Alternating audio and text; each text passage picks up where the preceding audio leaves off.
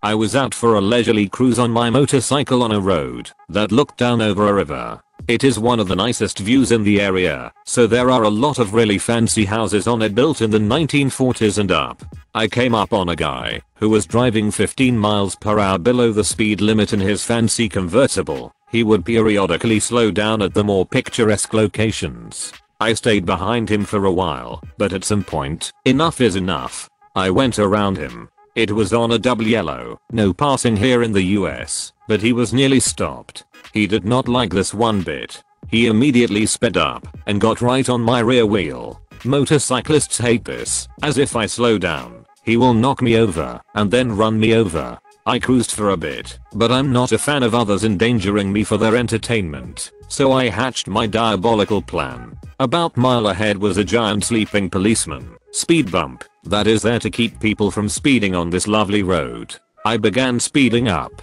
From 25, the speed limit, to 30, to 40 to 45. At this point, I'm well over the speed limit, and he is still glued to my bumper. I came up to the speed bump and stood up and put my weight to the rear, like I used to do when I raced dirt bikes. This allows my legs to soak up the big hit and stay in control. So I went over the speed bump easily and looked back. He didn't see it coming when he did. He slammed on the brakes, but all that did was force his front suspension to compress on the brakes, which is the last thing you want when hitting a large bump. His front end went airborne, then his rear end. The front slammed down, and sparks shot out from metal slamming into the unforgiving pavement. His rear end did the same. I sped on, laughing. I can only hope it broke his suspension or radiator. My friend has a saying that I like to use. Don't try to out-a-hole me, I'm better than you at it.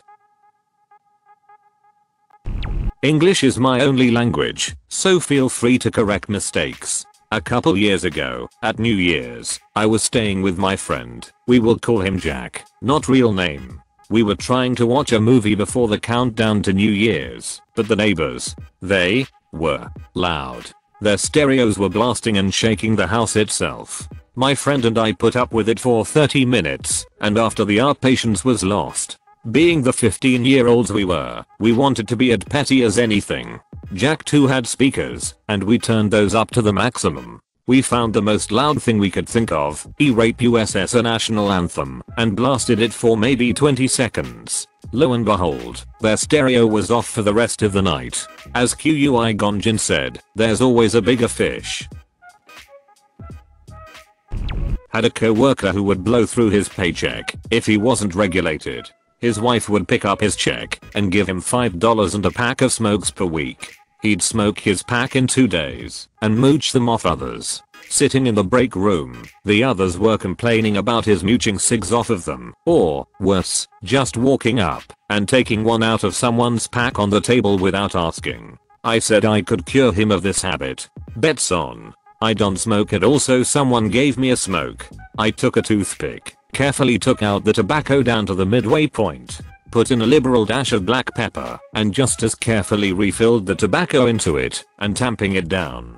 Smoothed out the paper a bit and left it on the table. He comes in, sees the smoke sitting there, taking it and holding it up, asked if it was anybody's. No one claimed it, so he lights up, gets about 3 good drags, and then hits the pepper. Face goes beet red, starts choking and gasping, can't hardly talk. Goes on for about 5 minutes, goes home, stays home the next day even. I copped to doing it, got a verbal reprimand, but he never took a smoke again without asking.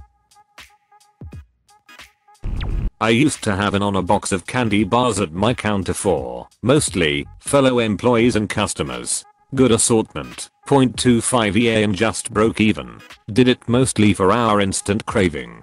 Moocher got in the habit of asking, see original, if I would carry him for the occasional bar, and I consented, telling him up front that I get $sign each Monday to bring him current. After 6 or 7 weeks he's already behind. All this time I keep asking him to get current, and finally he blew up telling me he'd pay when he damn well wanted to. Bad move. No one knew the lady he was married to, but from my counter I could see through the boss's window. Each Friday she'd come by to get his check.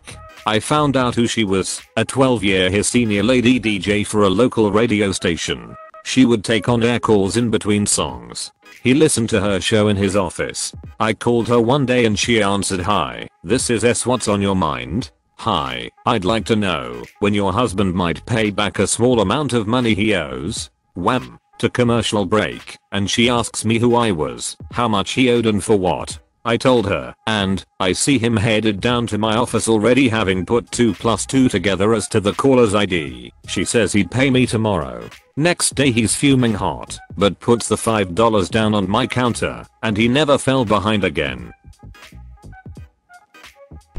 I work as a cable guy, and at least once a month I get an instance of petty revenge. The one I remember the most though was an older lady who was an absolute psycho. When we would arrive she would demand that we were clean from head to toe. Cable guys aren't always spotless. We are always considerate and put on our boot covers at every house, but this lady was on another level. She would have us put on her own boot covers that were too small for our boots, and then let us inside. Like me walking inside her home to troubleshoot a problem that she has been having for a few months. I'm looking at the issue and go to check the cable connections when she loses her mind that I have damaged her walls by touching them. No problem, I thought. She is just a little nuts. Nothing new in my line of work. I'll let her know I'm going to check the outside cabling to verify signal integrity, and as soon as I disconnect her to check the levels, she comes out screaming that I have cut her cable and to connect it back at once. I explained to her that I told her it would only be a few minutes to check earlier, but she wasn't having it. A few back and forths later,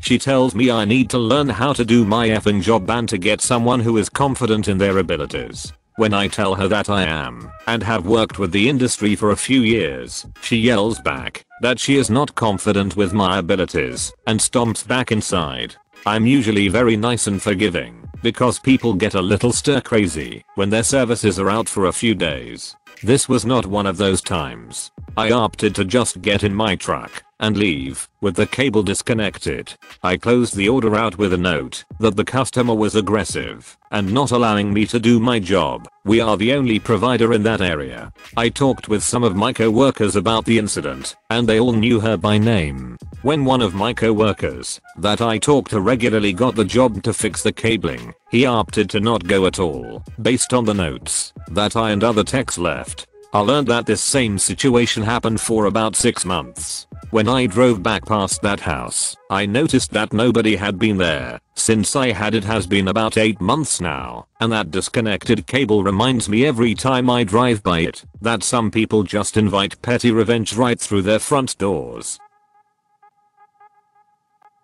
Of course, the Costco parking lot is madness the Sunday before American Thanksgiving.